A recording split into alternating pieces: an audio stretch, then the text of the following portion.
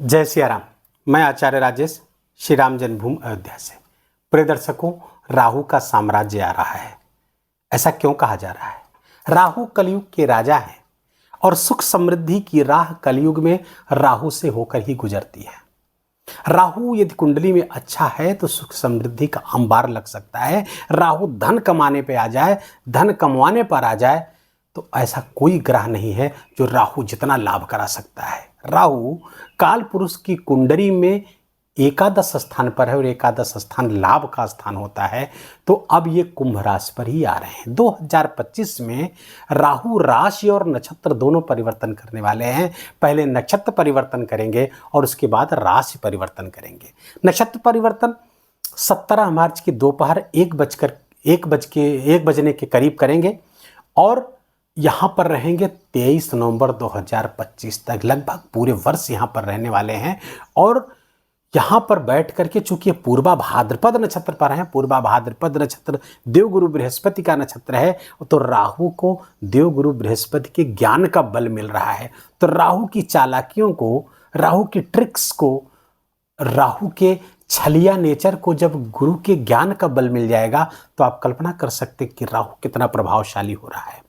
और इस बल के साथ जब वो अपनी ही राशि, अपनी मूल त्रिकोण राशि पर गोचर करेंगे 18 मई को, अर्थात कुंभ राशि पर आ जाएंगे। कुंभ राशि राहु की मूल त्रिकोण राशि है, उनकी स्वयं की राशि है और ये शनि की भी राशि है। और तो पराशर ऋषि ने कहा है राहु शनिवत प्रभाव देता है। तो ये यहाँ इसीलिए कहा जा रहा है कुंभ राशि पर 18 मई से राहु का साम्राज्य स्थापित होगा।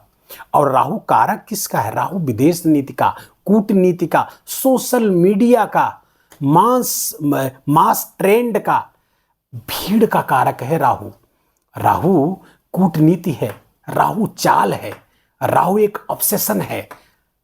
राहु को लेकर के प्रायः डराया बहुत जाता है, लेकिन मेरा अपना व्यक्तिगत मानना है कि राहु को समझने, राहु से डरने की अपेक्षा राहु को समझना ज़्यादा आवश्यक है।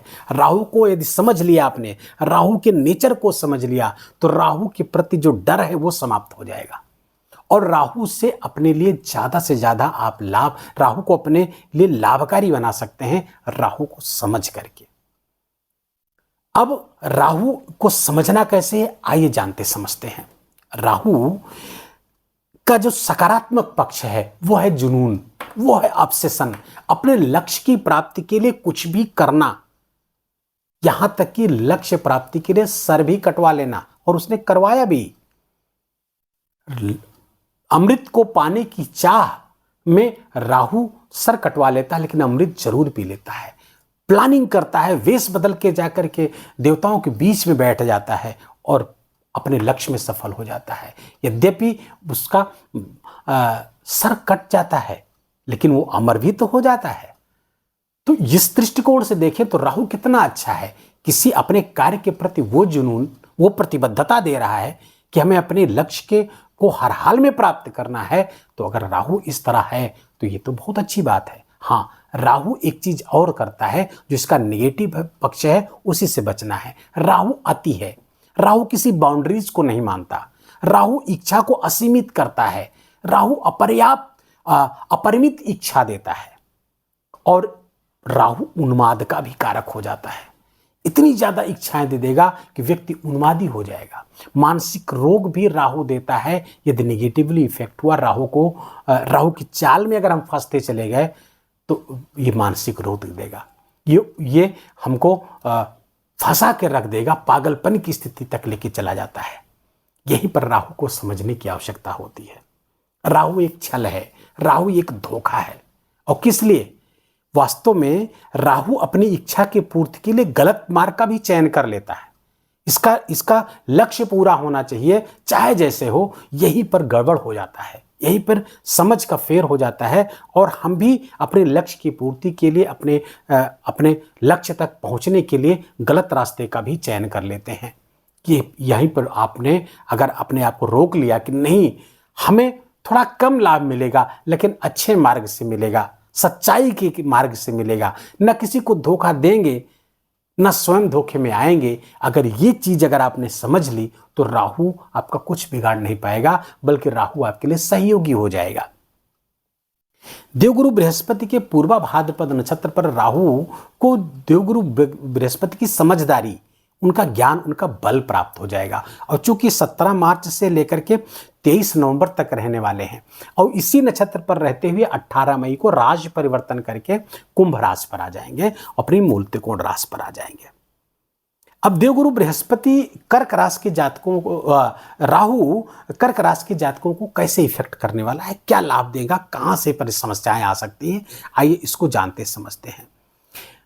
मीन राशि के 3 डिग्री 20 मिनट से लेकर के कुंभ राशि के 20 डिग्री तक पूर्वा भाद्रपद नक्षत्र का विस्तार होता है और इसी नक्षत्र पर राहु गोचर करेंगे। राहु जब इस नक्षत्र के जो स्वामी होते हैं वो अजैकपाद भैरव होते हैं। अजैकपाद भैरव वास्तव में शंकर जी के ही अवतार हैं। 11 रुद्र हैं उनके, उनमें से एक अवतार 11 रुद्र में से एक अजैकपाद भैरव है। जब विश्व की अव्यवस्था को, ब्रह्मांड की अव्यवस्था को अजैकपाद भैरव ने अपने एक पाद से स्टेबल किया था, अपने एक पैर से उसको स्टेबल। तो ये राहु यहां पर इस नक्षत्र पर आकर स्टेबिलिटी भी देते हैं। ज्ञान तो देते ही हैं, ज्ञान से स्टेबिलिटी भी यहां पर देते हुए दिखते हैं पूर्वा भाद्रपद नक्षत्र पर। कर्क राशि के जातकों के लिए ये 9वें स्थान पर वर्तमान में गोचर चल रहा है राहु का। 9वें स्थान पर बल प्राप्त हो रहा है, आपके भाग्येश के नक्षत्र पर आएंगे। 17 मार्च से भाग्येश आपके देवगुरु बृहस्पति हैं, उन्हीं के नक्षत्र पर आएंगे। भाग्य का बल आपको प्राप्त होगा, पिता का बल प्राप्त होगा, पिता का सुख सहयोग, मेंटर्स का, गुरुओं का सुख सहयोग आपको प्राप्त होगा। धर्म से लाभ आपको प्राप्त, धर्म का लाभ भी आपको प्राप्त होगा। हाँ, ट्रेवल्स कुछ होंगे लॉन्ग डिस्टेंस के, लेकिन वो आपके लाभकारी होंगे। तीर्थ यात्रा भी यहाँ पर कराते हुए दिख रहे हैं। तो यहाँ पर कब तक है? यहाँ पर 18 मई तक है। तो 17 मार्च से लेकर 18 मई तक तो ये लाभ आपको प्राप्त देंगे। लेकिन यहाँ पर ध्यान रखना होगा, 29 मार्च को राहु के साथ शनि भी चले, क्योंकि शनि का भी राशि परिवर्तन होने वाला है 29 मार्च को। तो राहु और शनि 50 दिन के लिए आपके 9वें स्थान पर विराजेंगे। इसे श्रापित योग भी कहते हैं। दोनों की दृष्टियां आपके पराक्रम स्थान पर पड़ेंगी 18 मई तक। तो ये आपके लिए लाभकारी भी है, लेकिन थोड़ा सा रिलेशनशिप में प्रॉब्लम भी देंगे, खासकर अपने एंगर सिबलिंग से थोड़ी सी प्रॉब्लम भी देंगे। लेकिन ये लाभकारी है, रिस्क लेने की क्षमता आपको बहुत जबरदस्त बढ़ाएंगे और उससे आपको विशेष लाभ होता हुआ दिख रहा है। क्योंकि धर्म का भी साथ मिलेगा यहाँ पर, तो धर्म से, अपने भाग्य से, आप अपने पराक्रम से विशेष लाभ अर्जन करने की स्थिति में रहेंगे 18 मई तक। 18 मई के बाद राहु आपके अष्टम स्थान पर आ जाएंगे। अष्टम स्थान खोज का स्थान होता है, रिसर्च का स्थान होता है, और राहु एक जासूस है। तो इंटेलिजेंस ब्यूरो से जुड़े हुए जासूसों के लिए यह समय बहुत अच्छा है, जो खोजबीन के रिसर्च स्कॉलर्स के लिए बहुत अच्छा है। साइंटिस्ट के लिए राहु बहुत अच्छा है एकादश अष्टम स्थान पर जाकर के। लेकिन 8वां स्थान चूंकि ग्रीप्स का है, दुख का है, सडेनिटी का है, आकस्मिकता का है, दुर्घटना का भी है। तो दुर्घटना भी करा सकते हैं 18 मई के बाद में। जब तक यहाँ पर रहेंगे आपको गाड़ी बहुत ही सावधानी पूर्वक चलानी है। चोट चपेट का खतरा लगातार बना रहने वाला है। अष्टम का राहु दुर्घटना जरूर कराता है। जो उपाय बताया जाए वीडियो के अंत में, उसको आपको जरूर करना है। हाँ, समस्याएं, चूंकि ये समस्या का भाव है, तो 18 मई के बाद समस्याएं कर्क राशि के जातकों के लिए बढ़ने वाली हैं। उनके कार्य क्षेत्र की समस्या हो और या फिर उनकी स्वास्थ्य संबंधी समस्या हो, ये दोनों बढ़ने वाली हैं। स्वास्थ्य संबंधी समस्याएं भी अष्टम के राहु देते ही देते हैं। तो यहाँ पर अपने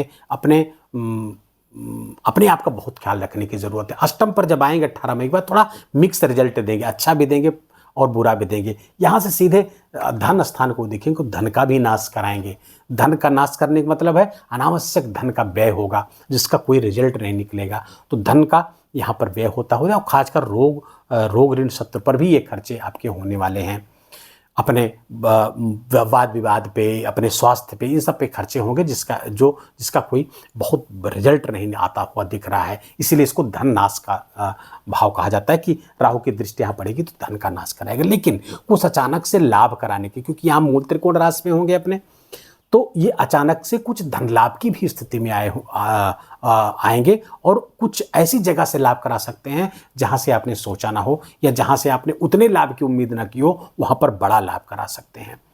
क्योंकि राहु असीमित होता है, कोई बैरियर्स मानता नहीं है, तो यहाँ पर जाकर के आपको विशेष लाभ कराने की स्थिति में भी रहेगी। यहाँ पर बैठ करके राहु रास्ता भी निकालेगा, चिंतन भी कराएगा, लाभ देगा। राहु की जो दृष्टि है यहाँ पर पहुंच करके 5वीं दृष्टि द्वादश स्थान को देखेंगे तो विदेश से जुड़ करके विशेष लाभ कराएंगे आपको। एक्सपोर्ट इंपोर्ट आदि से जो लोग जुड़े हुए हैं उनको विशेष लाभ होगा। हाँ, यात्राएं भी कराएंगे, विदेश यात्रा के भी योग यहाँ से बनते हुए दिखते हैं। धन की बात हमने देख ली। यहाँ पे थोड़ा सा परिवार में कलह आदि का भी वातावरण बनेगा। वाणी को भी थोड़ा सा आपके हार्श बनाएंगे, थोड़ा सा डुअल नेचर की वाणी बोलेंगे आप, और जिसके कारण से परेशानियां पैदा होंगी। तो वाणी का भी अपने नियंत्रण रखने की आवश्यकता है। राहु की 9वीं दृष्टि आपके 4th स्थान पर पड़ेगी। 4th स्थान पर राहु की दृष्टि अच्छी, राहु की उपस्थिति और दृष्टि दोनों अच्छी नहीं है। माँ के स्वास्थ्य में समस्या आ सकती है, माँ के स्वास्थ्य में गंभीर समस्या आ सकती है। सोसाइटी में मान सम्मान के प्रति बहुत सचेत रहें आप, लापरवाही न करें। अब वहाँ पर अपनी एक्टिविटी को बहुत संतुलित रखने की आवश्यकता यहाँ पर रहेगी। यद्यपि अपनी ही मूल त्रिकोण पर राशि पर रहेंगे, गुरु के नक्षत्र पर रहेंगे, गुरु आपके भाग्येश हैं, लेकिन षष्ठेश भी हैं तो थोड़ी समस्या पैदा करेंगे। लीवर आदि से संबंधित कुछ परेशानियां आपको गंभीर आ सकती है, पेट जन्य विकार आपको हो सकते हैं। उपाय क्या करना चाहिए आपको? उपाय आपको करना चाहिए कि सबसे पहले तो जिस नक्षत्र पर है राहु उस नक्षत्र की उपासना करें। अजयकपाद इस नक्षत्र, अजयकपाद भैरव इस नक्षत्र के स्वामी है, तो अजयकपाद के नाम का जप करें कम से कम 108 बार रुद्राक्ष की माला पर। ओम अजयकपादय नमः इस मंत्र का जप कर सकते हैं। 8 मुखी रुद्राक्ष धारण कर सकते हैं। दुर्गा जी के किसी भी मंत्र का जप कर सकते हैं। ओम धूम दुर्गाय नमः या नवाण मंत्र का जप कर सकते, रुद्राक्ष की माला पे जरूर करना चाहिए। इससे राहु दुर्गा जी की आराधना से नियंत्रित होता है। दूसरा, पूर्वा भाद्रपद नक्षत्र का जो चिन्ह होता है वो शेर होता है, तो शेर के चित्र को अपने ऑफिस में, घर में आदि लगाएं या मोबाइल पे वॉलपेपर पे लगा सकते हैं। दूसरे, राहु को 12 अवतार से भी जोड़ा जाता है, तो 12 अवतार की कथा सुनना, पढ़ना, 12 अवतार का चित्र अपने मोबाइल में रखना या अपने कार्यस्थल पर रखना, घर में रखना, ये सब आपके लिए बहुत ही फायदेमंद होंगे। इस उपाय से राहु को आप अपने लिए बहुत ही अच्छा कर सकते हैं, बहुत ही लाभकारी स्थिति में ला सकते हैं। वीडियो के ही विराम देंगे। वीडियो अच्छा लगा हो, आपके काम का लगा हो, मेरा बोलना आपका सुनना दोनों सार्थक हुआ हो तो कृपया करके वीडियो को लाइक करिएगा और अपनों के साथ इसको शेयर करके इस वीडियो का लाभ उनको भी दीजिए। कमेंट में जय सिया राम लिखना बिल्कुल भी मत भूलिएगा। मेरा विशेष निवेदन, विशेष आग्रह आपसे। चैनल पर नए हैं तो इसको सब्सक्राइब कर लीजिए, बेल आइकन की घंटी दबा लीजिए और प्लीज़ अपना बहुत बहुत ख्याल रखिए। जय जय सिया राम।